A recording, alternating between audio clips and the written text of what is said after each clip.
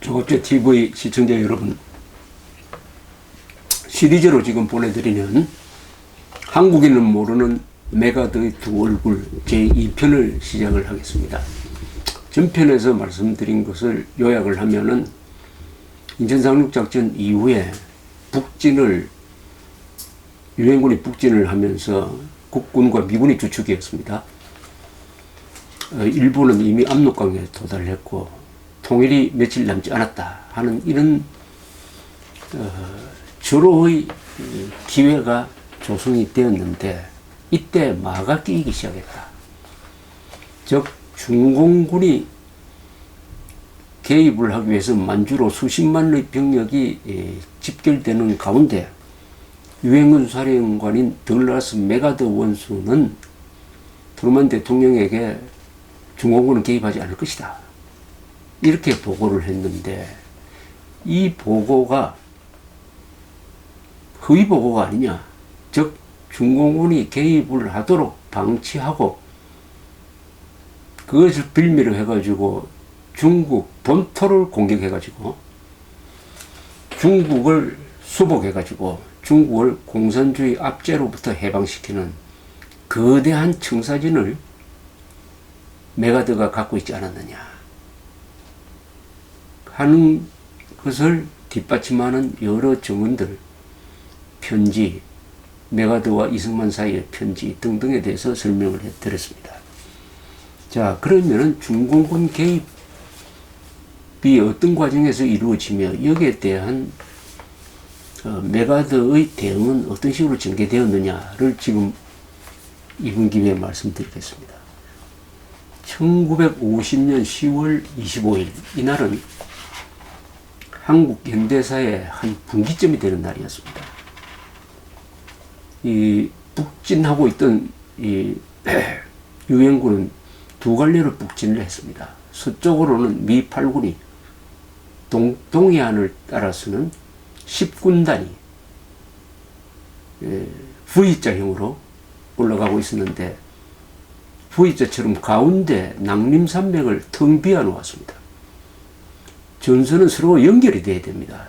가운데 한 폭 7, 80km 되는 산악지대를 비워놓은 상태에서 양쪽으로 서부전선, 동부전선에서 올라가고 있었습니다.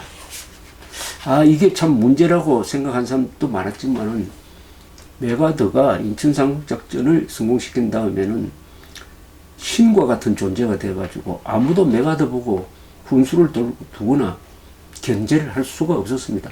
대통령도, 미국 대통령도, 합참도. 이런 상황에서 아주 위태위태하게 이 V자형의 일종의 분진이죠. 나누어서 진격하는 거니까 하고 있었습니다. 10월 25일 서쪽에 있던 워크 중장이 지휘하는 이 8군이 청천강을 넘었습니다. 대동강은 그 전에 서울 평양을 수복하면서 넘었고, 그 위로 청천강을 넘어서 북진을 하던 이 8군 중에서 한국군 3개 사단이 있었습니다. 1사단, 6사단, 8사단. 이 1사단, 6사단, 8사단이 중공군으로부터 급습을 받았습니다. 한국 사단을 골라서 때렸습니다. 중공군이. 왜냐하면 한국 사단을 약하다고 본 것이죠. 이 기습을 받으니까 1사단은 버텨냈는데 6사단, 8사단이 큰 타격을 받았습니다. 후퇴를 할 수밖에 없었습니다. 더구나 우회 포위될 위기에 처했습니다. 중공군이 옆구리를 돌아서 후방을 차단할 위험이 생기니까 워커 사령관은 후퇴를 명령합니다. 그래서 큰 타격을 받은 이 한국군 3개 사단이 후퇴를 합니다. 후퇴를 하다가 11월 5일쯤 한 열흘쯤 지난 상태에서 어느 정도 전선을 수습할 수 있었습니다. 군우리 부근에서 수습할 수가 있었습니다. 그 순간 한국군을 치던 중공군이 북쪽으로 사라져 버렸습니다. 북쪽 산악지역으로 물러나면서 사라져 버렸습니다. 이 동해안에서도 비슷한 현상이 일어났습니다. 알몬드 장군이 지휘하는 미 10군단 중에 한국군 3사단이 있었는데 이 한국군 3사단이 청진호 남쪽에서 중공군의 공격을 받았습니다. 미 해병 1사단이 달려오니까 11월 7일부터 중공군이 북쪽으로 사라져 버렸습니다. 전선이 이제 다시 조용해져 버렸습니다. 그러나 한국군은 큰 타격을 받았습니다. 이제 중공군 포로가 이때 많이 잡혔습니다. 이 중공군 포로들을 신문에 보니까 이 중공군 포로가 소속된 부대가 여러 부대였습니다. 누가 봐도 이건 대규모로 압록강을 넘어왔다는 것을 알 수가 있었습니다. 그러나 여기서 참으로 희한한 일이 벌어집니다. 유엔군 사령관의 정보참모가 윌로비 소장인데 이 윌로비 소장은 메가더의 측근 중에 측근이었습니다. 이 사람이 정보 판단을 어떻게 하느냐 하면은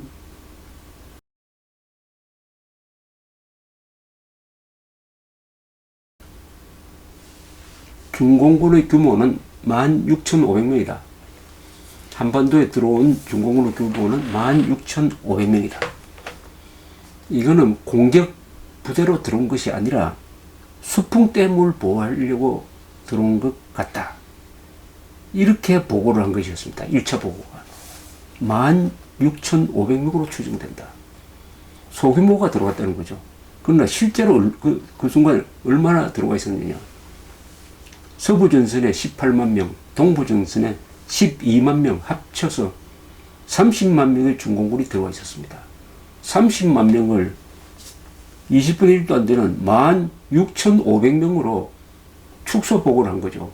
이건 결정적인 정보의 오판입니다. 그런데 이게 참 묘한 게 극동군 사령부, 이 메가더의 정보 참모만 이런 오판을 한 것이 아니라 미국 CIA도 비슷하게 오판을 했습니다. 중공군의 규모를 오판을 했어요. 그러니까 아주 낮게 봤다는 뜻이죠. 그러니까 이 트루만 대통령, 워싱턴에 앉아 있는 사람은 그걸 믿을 수밖에 없었습니다. 나중에 이게 2만 3만으로 늘어납니다. 늘어났지만은 현장에서의 보고가 이것은 소규모 부대다. 이렇게 보고를 올리니까 더구나 CIA도 거기에 대해서 다른 보고를 올리는 것이 아니라 비슷한 보고가 들어오니까 워싱턴에서도 긴가민가 하면서도 그렇게 생각할 수밖에 없었는데 11월 초에 메가드가 좀 이상한 조치를 취합니다. 그 휘하의 공군 사령관에게 폭격기 편대 수백 대의 폭격기 편대를 출격시켜가지고 압록강 철교를 폭격하도록 지시를 합니다. 발진하는 순간 워싱턴에서 견제가 들어왔어요. 출동하지 마라. 왜냐? 그렇게 출동해가지고 압록강 철교를 부수면은 중공군이 개입할 빌미를 주게 된다. 이런 이유를 들어서 출격을 보류하라. 이렇게 지시를 하니까 여기에 대해서 메가드가 맹렬하게 항의를 합니다. 맹렬하게 항의를 해요. 어떻게 우리의 손발을 묶을 수 있느냐. 그러면은 이게 메가드는 16,000명 정도밖에 들어오지 않았다고 하는데 왜 이렇게 어마어마한 규모의 폭격을 하려고 하느냐. 그 이유가 압록강을 건너서 지금 중공의 군대가 들어오는 것을 차단하기 위해서 이런 규모의 폭격을 해야 된다. 이게 좀 앞뒤가 맞지 않습니다. 그러면 이 순간 메가드는 중공군의 규모가 상당히 위협적이다 하는 것을 알고 있지 않을까. 알면서 워싱턴에 보고하기는 30만 명이라고 보고하지 않고 막 기껏해 가서 수만 명이 들어왔다. 이렇게 보고를 함으로써 중공군의 제일 처음에는 중공군이 개입 안 한다는 보고를 하다가 중공군이 개입하니까 이제는 그 규모를 10분의 1로 축소를 해가지고 적게 보고 한 셈이 되고 말았습니다. 이게 의도적이냐, 정말로 그렇게 믿었느냐 하는 것은 뭐 지금까지도 계속 쟁점이 되고 있습니다. 메가드가 항의하니까 트루먼 대통령이 그럼 포격하라 했습니다. 그래서 11월 8일 79대의 B-29 폭격기, 300대의 F-80 및 F-51 요격기가 출격을 해가지고 신의저우와 압록강 다리 등을 폭격을 합니다. 이때 소련의 미그 16, 이거 제트기입니다. 미그 16과 미국의 F-80 이 둘 다 제트기인데 제트기끼리 최초의 공중전이 벌어집니다. 세계 전사상 프로펠러 비행기가 아니고 최초의 공중전이 이날 압록강 상공에서 벌어졌습니다. 이 소련 조종사가 모으는 미그 16은 이게 중국 전투기인 것처럼 위장했습니다. 위장했어요. 그 미국도 알았습니다. 저게 소련 조종사가 모은다는 걸 알았습니다. 그러나 모른 척 했습니다. 왜냐? 저게 소련 조종사가 모은 것이라고 하면은 미국과 소련이 정면으로 전쟁을 해야 될 판입니다. 그래서 서로 모른 척 했습니다. 모른 척 한 상태에서 한국전쟁 기간 중에 미국과 소련이 공중전을 많이 벌였습니다. 11월 9일 트루먼 대통령 직속의 국가안보회의 NSC죠. NSC는 이상하게 메가드 사령관한테 또 프리핸드를 줍니다. 이때 메가드 사령관을 견제할 찬스가 있었어요. 중공군이 지금 개입했으니까 무모한 북진을 하지 말고 잠시 기다려보라. 차라리 평양 원산선을 방어선으로 치는 게 낫지 않느냐. 우리 한반도 지도를 보면은 평양 원산선이 가장 잘룩하죠. 거기에 병력을 집중하고 하면 방어하기가 쉽지 않느냐. 이런 지시를 해야 될 판에 그런 논의도 있었습니다만 메가드 사령관이 기존의 방침, 그때 기존의 방침은 한반도 통일입니다. 한반도 통일을 목표로 하는 전략을 그냥 밀고 나가라. 밀고 나가라라는 지시를 또 내립니다. 11월 9일. 이거는 중공군 개입에 의한 일사후퇴를 막을 수 있는 기회를 워싱턴이 스스로 포기한 셈이죠. 나중에 이게 비판을 많이 받습니다. 그러니까 이 중공군이 처음 나타난 11월 25일, 그 다음에 메가드가 대공세를 다시 펴는 11월 24일 사이에 한 달 동안 워싱턴이 메가드를 적절하게 통제하지 못했다 하는 것이 나중에 큰 쟁점이 됩니다. 그때 메가드를 단단히 통제를 해가지고 직접 명령을 내리고 이렇게 했어야 중공군의 대반격에 적절하게 대처할 수 있을 것이다. 이렇게 서로 반성하는 이야기가 많습니다. 여기 책임을 져야 될 사람은 마샬 국방장관, 조지 마샬 국방장관, 그리고 브래들리 합참의장입니다. 이 두 사람 다 이 메가드한테 기가 눌려가지고 메가드 보고 이래라 저래라 하는 이야기를 서로 안 하려고 그랬어요. 그러니까 트루먼 대통령도 그 두 부하들의 의견을 거스를 수가 없었던 것입니다. 다만 영국군 참모총장 슬림 문수는 영국 합참회의에서 유엔군은 한반도에서 가장 좁은 지역 평양 원산선을 선택하여 방어 진지를 구축해야 한다. 유엔군의 현재 포진은 너무 넓어 방어하기가 쉽지 않고 한국군은 중공군의 첫 공격에 무너질 것이다. 평양 원산선에서 멈추면 중공군도 압록강 남쪽에서 머물면서 협상에 나올 수 있을 것이다.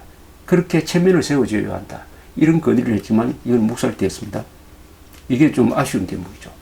평양 원산선에서 방어선을 쳤으면은 어떻게 되었을까? 이런 이야기입니다. 자, 이제 11월 초에 들어가서 중순으로 넘어가는 과정에서 미국 CIA가 이제 좀 냉정한 판단을 하기 시작합니다. 즉, 여러 가지 정보를 종합을 해보니까 중공군이 만주 지역에서 한국지도 3만 개를 주문했다. 한국지도 3만 개를 주문해가지고 나눠주었다. 지도 3만 개를 나눠줄 정도면은 이건 30만 명이 30개의 중공군 사단이 들어왔다고 봐야 된다. 이런 추정을 하기 시작을 했습니다. 나중에는 들어온 이 병력에 대한 평가가 점점 높아져 가지고 11월 24일쯤 가면은 한 6만 명 정도로 높아집니다. 이 메가드 사령부의 평가가. 이런 와중에 1950년 11월 21일입니다. 11월 21일. 이 순간 대한민국 국민들은 이제 북진 통일이 멀지 않았다라고 기대를 하고 있을 때입니다. 중공군이 나타나긴 했지만은 지금 별것 아니다. 미국에서 이제 중요한 회의가 열렸습니다. 11월 21일. 미 국방부에서 열린 최고위급 회담인데 여기에 마샬 국방장관, 애치슨 국무장관, 브래들리 합참의장, 콜린스 육군참모총장, 그리고 트루만 대통령을 대리한 해리만 대사가 참석했습니다. 여기서 마지막으로 메가드의 무모한 공격을 중지시킬 수 있는 마지막 기회가 여기 있었습니다. 그런데 이 회의에서도 참석자들은 메가드한테 공격을 중지하고 평양 원산선에서 방어선을 쳐라 하는 지시를 내리지 않았습니다. 당초 계획했던 이른바 크리스마스 작전, 그것은 이번 작전에 성공하면은 한국을 통일하고 공산군을 한반도에서 몰아내고 사병들은 귀국해서 크리스마스를 고향에서 보낼 수 있을 것이다 해서 크리스마스 작전으로 언론이 보도한 그 작전을 승인하고 말았습니다. 이 글로 해가지고 한국의 북진 통일은 좌절됩니다. 이 중요한 순간에 무모한 북진을 말릴 사람이 없었다. 이게 트루만, 메가드, 한국 모든 사람한테 크나큰 시련을 주게 되는 것입니다. 11월 24일, 1950년 11월 24일 메가드는 총공세를 명령합니다. 언론은 이것을 크리스마스 공세라고 아주 붙였습니다. 그날 하루 유엔군은 북진을 하는데 15km를 북진해도 중공군은 그림자도 보이지 않았습니다. 문제는 다음 날입니다. 11월 25일. 중공군은 서부전선의 오른쪽에 있는 묘양산맥 남쪽에 있던 한국군 2군단 소속 8사단과 7사단을 집중 공격했습니다.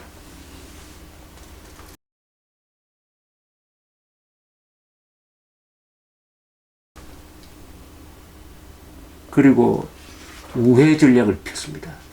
중공군의 주된 전략은 기습 그리고 우회입니다. 우회라는 것은 군사용어로서 정면 공격과 우회 공격이 있습니다. 우회 공격은 부대의 옆구리를 돌아서 등 뒤로 나오는 것을 우회 공격이라고 합니다.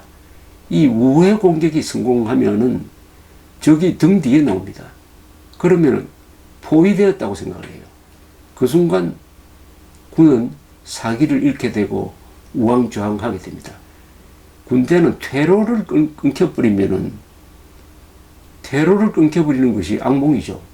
항상 퇴로가 있어야 안심하고 싸울 수가 있는 것입니다. 중공군의 주된 전략은 바로 기습 우회 전략이었습니다.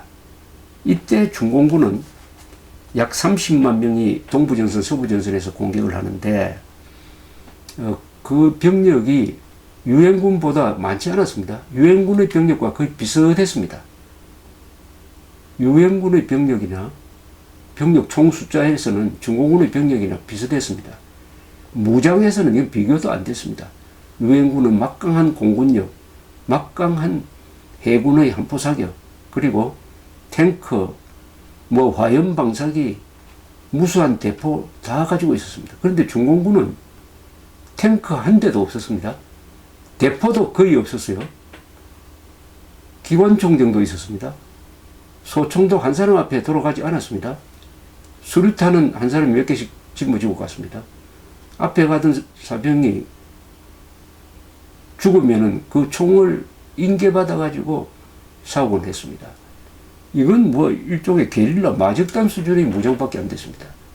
그런데도 기습을 하니까, 더구나 야간 기습을 통해서 한국군을 거의 와해시키는 이런 전략을 펴니까 이 서부 전선에서는 일종의 이게 뭡니까? 패닉 현상이 일어나고 말았습니다. 패닉. 전쟁에서 공황 상태라는 게 있습니다. 그걸 괴주라고 하기도 하는데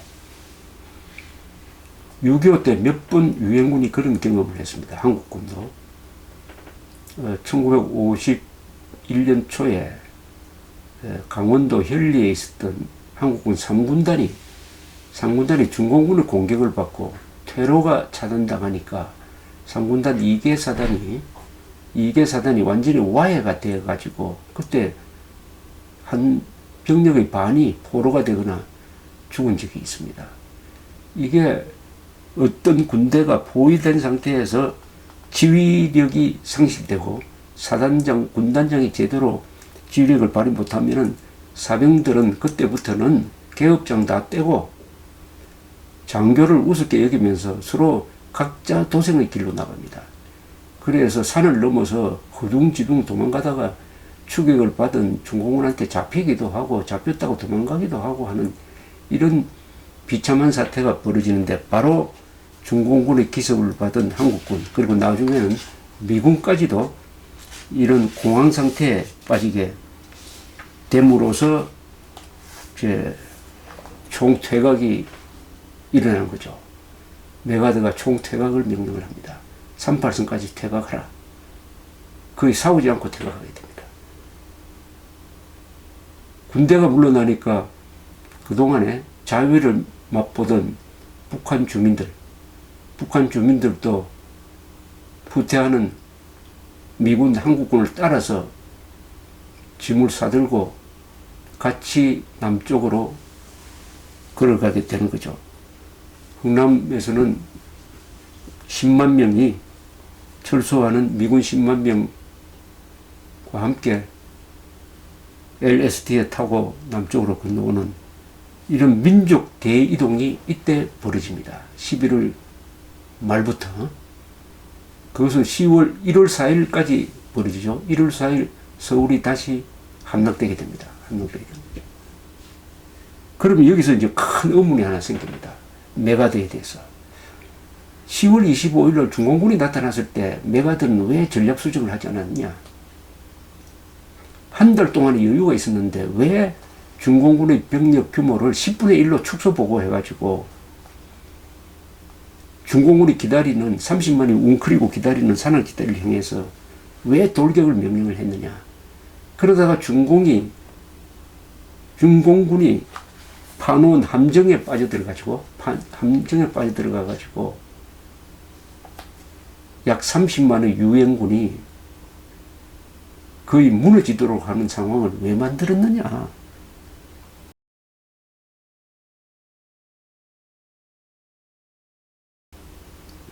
지금 세월이 지나서 이 밑줄을 치면서 읽어보면 도저히 이해가 안 갑니다. 메가드의 그런 정보 오판과 무리에 도저히 이해가 안 갑니다. 어떻게 이것을 미국 합참이 방치했느냐?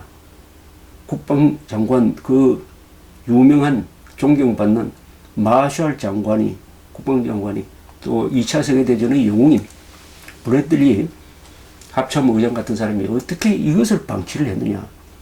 더구나 자기 소관은 아니지만은 딘 애치슨 국무장관, 역대 미국 국무장관 중에서 가장 위대한 업적을 남긴 분입니다. 냉전 승리의 발판을 만들 뿐인데 이 에치슨 국무장관은 뭐 했느냐 하는 이런 반성론이 많이 일어납니다. 전번에 말씀드린 것하고 같이 추정을 하면은 메가드는 왜 축소 보고를 했느냐.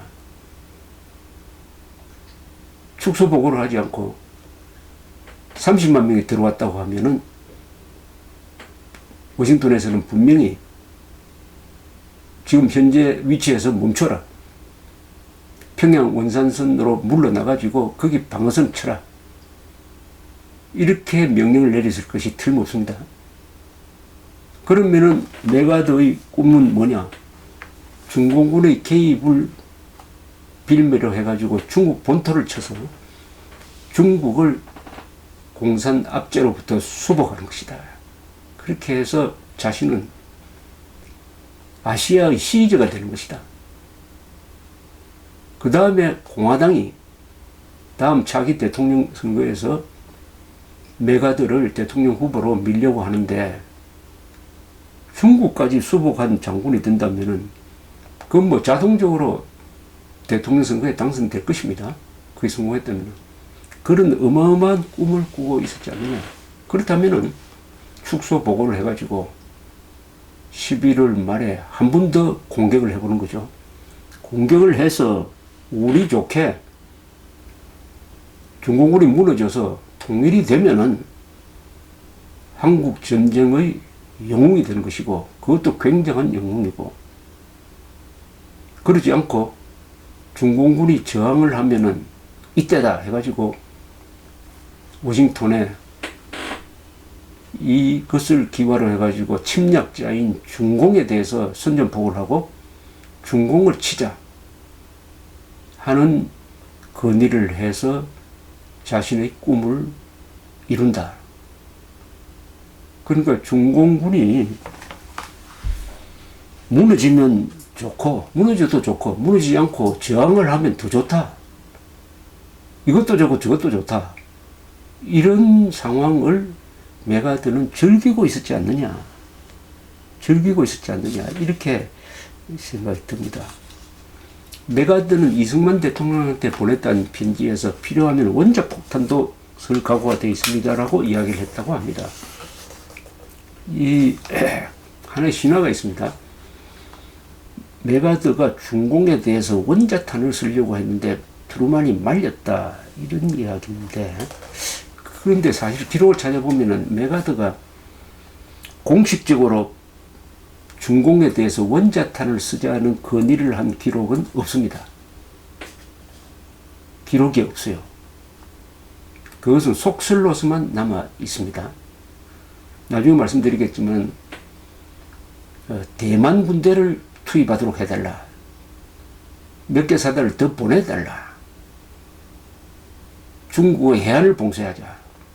중국의 산업시설을 폭격하자. 특히 만주를 폭격하자. 이런 건의를 한 적은 있지만 원자폭탄을 써달라고 건의한 사실은 없다는 것에 좀 유념할 필요가 있다고 생각합니다. 요 다음에는 이제 1951년 12월로 넘어가서 총퇴각하는 와중에